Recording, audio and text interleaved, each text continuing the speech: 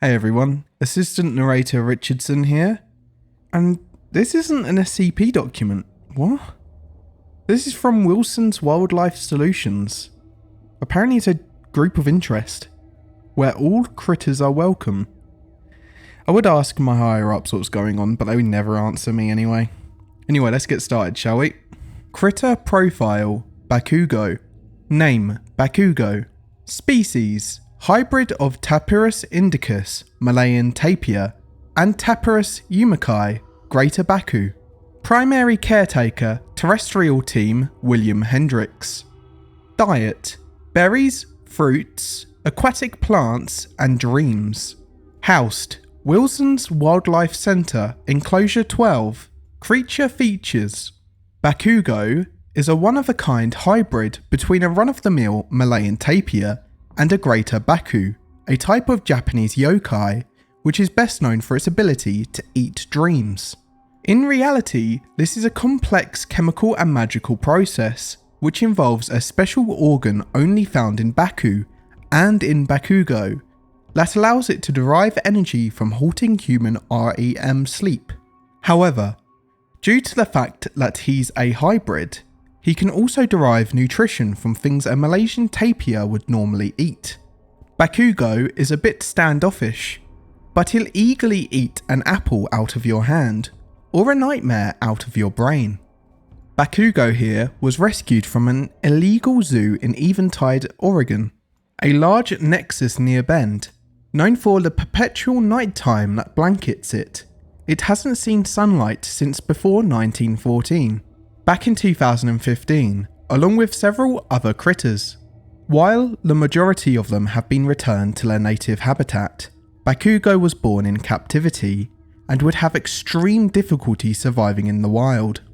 This is especially true given Eventide's unique perpetually nocturnal climate. Bakugo didn't see natural light until he was rescued from the zoo. Bakugo's mum and dad were illegally imported from Japan and Malaysia respectively, and gave birth to him 3 years into their captivity.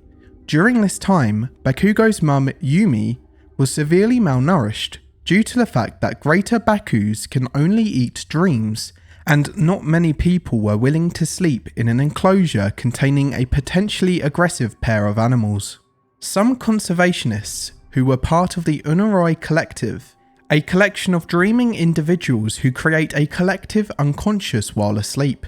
They've been a great help in Baku conservation efforts in the past, as their consumption of unwanted dreams is necessary to maintain a healthy unconscious ecosystem. Managed to remotely supply nutrition to both her and Bakugo, ensuring their survival until they could be rescued. Owing to the current state of the government in Eventide, which is hostile to not only Wilson's Wildlife but also the FBI's Unusual Incidents Unit, the US Fish and Wildlife Service's Exozoology Task Force, and several other organisations that deal with the tracking of critters. The rescue of Bakugo's family and several other critters had to be carried out in secret.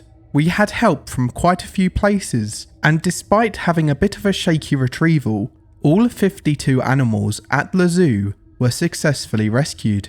Bakugo and his mother were enclosed together for 4 years, but were unfortunately separated due to Bakugo becoming aggressive towards Yumi upon reaching maturity. Special needs and accommodations.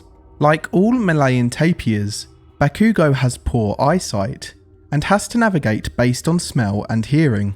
However, due to his upbringing in a place where the sun literally didn't shine, he has to be kept in a perpetually nocturnal enclosure with minimal lighting. As such, please keep your flash off when you photograph him. Owing to Bakugo's unique diet, a bed has been included in a cordoned off portion of the enclosure, behind industrial strength plexiglass of the same make used in the Seattle Zoo's Malayan tapir enclosure. Twice a week, a member of the terrestrial team sleeps in this bed, so that Bakugo can have a snack on their dreams. Priority is given to those among staff who suffer from especially bad nightmares. Notes about Bakugo. Bill Hendricks has proposed hosting sleepover parties at Wilson's, having kids in and around Boring learn about the various critters at the shelter and stay in a series of tents close to Bakugo's enclosure. The kids get a good night's sleep, Bakugo gets a nice big meal, and Wilson raises awareness in the community. Everyone wins. Edit, 4th of the 12th, 2018. The first sleepover was a moderate success. About 20 kids came and slept over, got to see a bunch of the critters and how they behaved, and learned some valuable lessons about critter conservation. Bakugo got a little sick the day after. We think we may have overfed him, proposing that we space out the tents a little more next time. Edit, 7th of the 6th, 2018. A few members of the terrestrial team are having fits of narcolepsy when they go to clean Bakugo's enclosure. Jack collapsed and woke up in a pile of dung, and despite the fact that Bakugo eats dreams, his droppings smell like a complete nightmare. Greater Bakus normally can't induce sleep in people. Pygmy Baku, found in Kanto region of Japan, particularly the Greater Tokyo area, can do this. But Greater Baku usually rely on already sleeping individuals, usually rural farmers, for sustenance, recommending genetic testing. Maybe his mum was a hybrid too? Edit, 8th of the 4th, 2018. Testing confirms that there's some Pygmy Baku in him, but on his father's side, not his mother's. It appears that the Pygmy Baku genes were heavily recessive in his father and got expressed in Bakugo. Pygmy Bakus have been known to make entire office buildings fall asleep. Just look at what happened at Nintendo of Japan's headquarters back in 2013. We're not sure how we're going to handle something of his size. Proposing that all staff keep dream journals to better document Bakugo's feeding habits. Edit, 10th of the 14th, 2018. Alex fell asleep in Maya's enclosure. Thank God that she's docile, or who knows what would have happened. I know that it's policy not to perform unnecessary surgery on our animals, but Bakugo's hypnosis organ is powerful enough to induce sleep 4 enclosures away. It's not too different from neutering, except you're snipping something at the other end of the body. Plus, Bakugo has gained a lot of weight. They're up over 80 pounds since the sleepover, and it's showing. Something needs to be done, or else his health, and the health of everyone working at Wilson's, may be at risk. Sent by William Hendricks, recipient faeowyn-wilson, date 11th of the 12th, 2018. Faeowyn. To say that the surgery didn't go as planned was a massive understatement, and I take full responsibility for it. I didn't know that Bakugo could activate his hypnosis organ under anesthesia, but I suppose it makes sense. If it can eat dreams, it must be able to use dreams too. Talking of dreams, what happened after we all went under was odd. To say the least, I don't remember the dream 100%, but it appears to have been 1, shared by everyone within Wilson's at the time, and 2, at least partially tangible. Alex reported waking up with her face covered in Baku slobber. This isn't unheard of when it comes to Baku.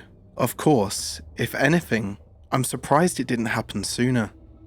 What I was surprised about was what happened in the dream, which I'm recording here for the sake of posterity, and the fact that I'm already starting to forget it. Pretty much everyone in the operating room became a proper Baku, tiger legs, long tail, the whole nine. And we were surrounded by an entire herd of them, which is odd, because they're not normally herd animals. Bakugo was there, naturally, and I think we managed to communicate with him. That's what Daniel claims. At any rate, it was trippy to say the least. Since then, Bakugo stopped making people go to sleep, which is good, at least. But there's several weird things about it.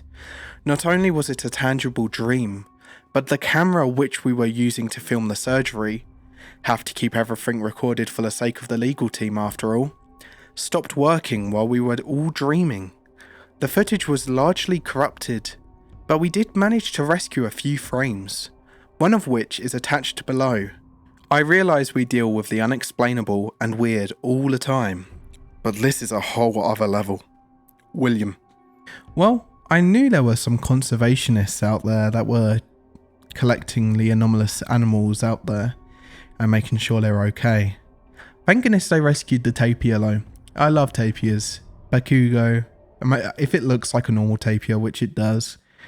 Oh, it's so cute. I love them so much. Anyway, see you in the next one. It'll probably be an SCP next time. I'll get onto the phone with my boss to see what's actually going on with that. Hope they actually meant to send me this. It's a bit weird. We're the SCP Foundation, not the animal conservationists. Okay, anyway, I'll see you in the next one. Goodbye. Hello everyone, Creepy Otter here. I just want to say a huge thank you to IHP, the author of this. I thought I'd do a little bit of a group of interest for a change. And plus I got asked to do it on Twitter. So I was like, yeah, might as well. I looked it up and I thought it was quite cool. Plus I like tapirs. Anyway, go check my Patreon down in the description. If you want to support me more, see my videos early. It's only $3 a month for that. So check it out. And go check out my Twitter for updates. My Twitter is going quite good actually. I'm in contact with the authors and they're really nice people. So yeah, anyway, goodbye.